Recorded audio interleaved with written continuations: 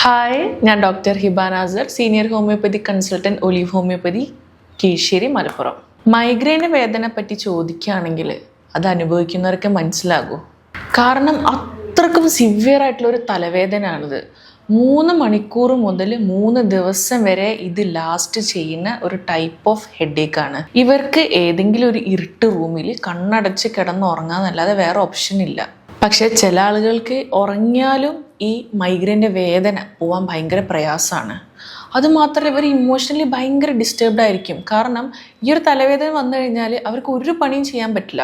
അവർ ഭയങ്കര ഹെൽപ്ലെസ് ആയിരിക്കും, നിരാശരായിരിക്കും. അതിനേക്കാൾ ഉപരി ഇനി അടുത്ത വേദന എപ്പോൾ വരും എന്നുള്ളൊരു പേടിയും ആശങ്കയും. അവർ ഭയങ്കര ഹെൽപ്ലെസ് ഫീലായിരിക്കും, നിരാശരായിരിക്കും. ഇത്തരം രീതിയിലുള്ള പേടിയും ഭയം എല്ലാം കൂടെ മിക്സ് ചെയ്തിട്ടുള്ള ഒരു അവസ്ഥയാണ് ഈ മൈഗ്രെയിൻ പേഷ്യൻസിൻ്റെ അവസ്ഥ എന്ന് പറയുന്നത്.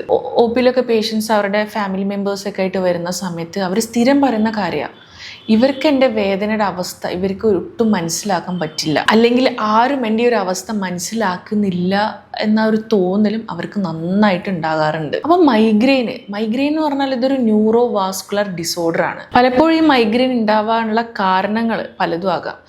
ചിലപ്പം അവർ ഭക്ഷണം കഴിക്കാൻ മറക്കുന്ന സമയം, അല്ലെങ്കിൽ ഭക്ഷണം കഴിക്കാൻ ഒന്ന് വൈകുന്ന സമയം ഈ ഒരു തലവേദന വരാം. അല്ലെങ്കിൽ എവിടെയെങ്കിലും ഭയങ്കര ഒച്ചയുള്ള സ്ഥലത്ത് പോകുന്ന സമയത്തോ, ഒച്ചയിൽ പാട്ട് കേൾക്കുന്ന സമയത്തോ, എന്തെങ്കിലും സ്ട്രോങ് സ്മെല്ലടിക്കുന്ന സമയത്തോ, അല്ലെങ്കിൽ ആരെങ്കിലും ഒന്ന് പെർഫ്യൂം അടിച്ചു കഴിഞ്ഞാൽ മതി, അപ്പോൾ ഇവർക്ക് തലവേദന സ്റ്റാർട്ട് ചെയ്യും. ഇപ്പോൾ ഭയങ്കര ലൈറ്റുള്ള സ്ഥലത്ത് ഇവർ എത്തിപ്പെടുന്ന സമയത്തോ, അല്ലെങ്കിൽ കണ്ണിൽ ഫ്ലാഷ് ലൈറ്റൊക്കെ ഒന്ന് അടിക്കുന്ന സമയത്തോ, ചിലപ്പോൾ കാലാവസ്ഥ മാറുന്ന സമയത്തും ഈ മൈഗ്രെയിൻ്റെ പ്രശ്നം ഉണ്ടാകാറുണ്ട്. പെട്ടെന്ന് തണുത്ത ക്ലൈമറ്റ് വരുന്ന സമയത്ത്.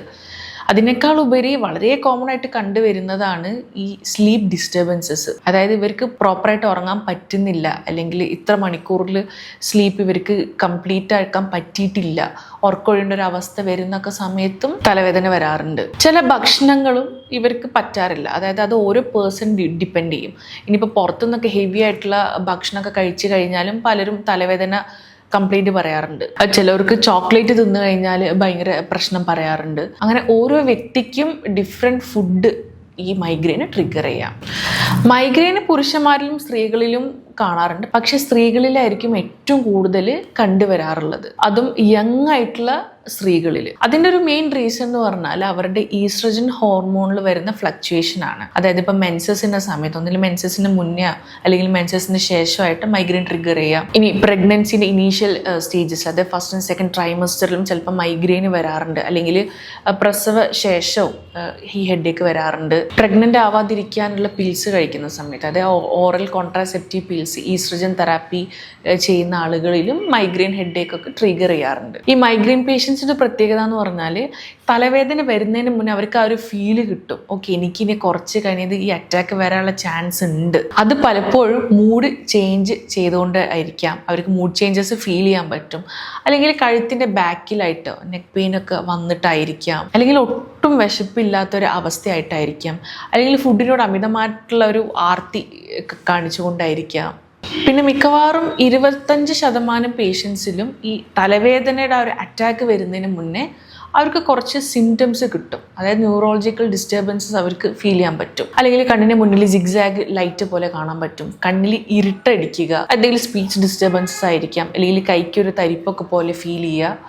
ഇതിനൊക്കെയാണ് ഓറ എന്ന് പറയുന്നത്. അപ്പം 25% പേഷ്യൻസിലും ഈ തലവേദന മുന്നേ ആയിട്ട് ഇവർക്ക് ഓറ ഫീൽ ചെയ്യാൻ പറ്റും. ഇത് കഴിഞ്ഞിട്ടുണ്ടാക്കുന്ന തലവേദന എന്ന് പറഞ്ഞാൽ ചിലപ്പം ഭയങ്കര സിവിയർ ആയിരിക്കും. അതായത് 4 മണിക്കൂർ മുതൽ ഏകദേശം 3 ദിവസം വരെ ഇത് കണ്ടിന്യൂസ് ആയിട്ട് ലാസ്റ്റ്. അധികം ആളുകൾക്കും ഒരു സൈഡിൽ മാത്രമായിരിക്കും തലവേദന ഫീൽ ചെയ്യാറ്, അതായത് നെറ്റിയുടെ ലെഫ്റ്റ് സൈഡോ അല്ലെങ്കിൽ റൈറ്റ് സൈഡ് മാത്രമോ. പക്ഷെ ചില ആൾക്ക് 2 സൈഡും തലവേദനയായിട്ട് ഫീൽ ചെയ്യാറുണ്ട്. തലവേദന കൂടാണ്ട് ഇവർക്ക് നല്ല ഒക്കാനിക്കുള്ള ഒരു ഫീൽ ഉണ്ടാകും. ചിലപ്പോൾ അതിനോടൊപ്പം ഛർദി ഉണ്ടാകും.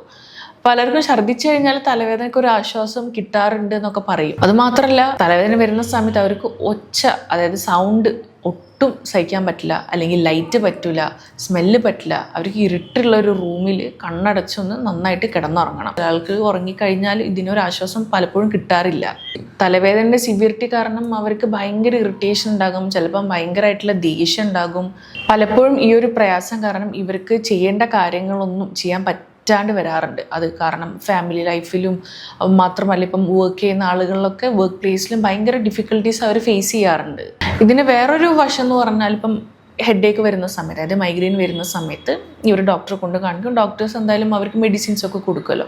പലപ്പോഴും ഈ പേഷ്യൻസ് ഒരു പ്രാവശ്യം പെയിൻ കില്ലർ എടുത്ത് വേദന കുറവില്ലെങ്കിൽ റിപ്പീറ്റാക്കി അവർ ഒരു ഡോക്ടറുടെ നിർദ്ദേശപ്രകാരം ഇല്ലാതെ തന്നെ പെയിൻ കില്ലർ ആവശ്യമായിട്ട് ഇങ്ങനെ എടുത്തുകൊണ്ടേയിരിക്കും.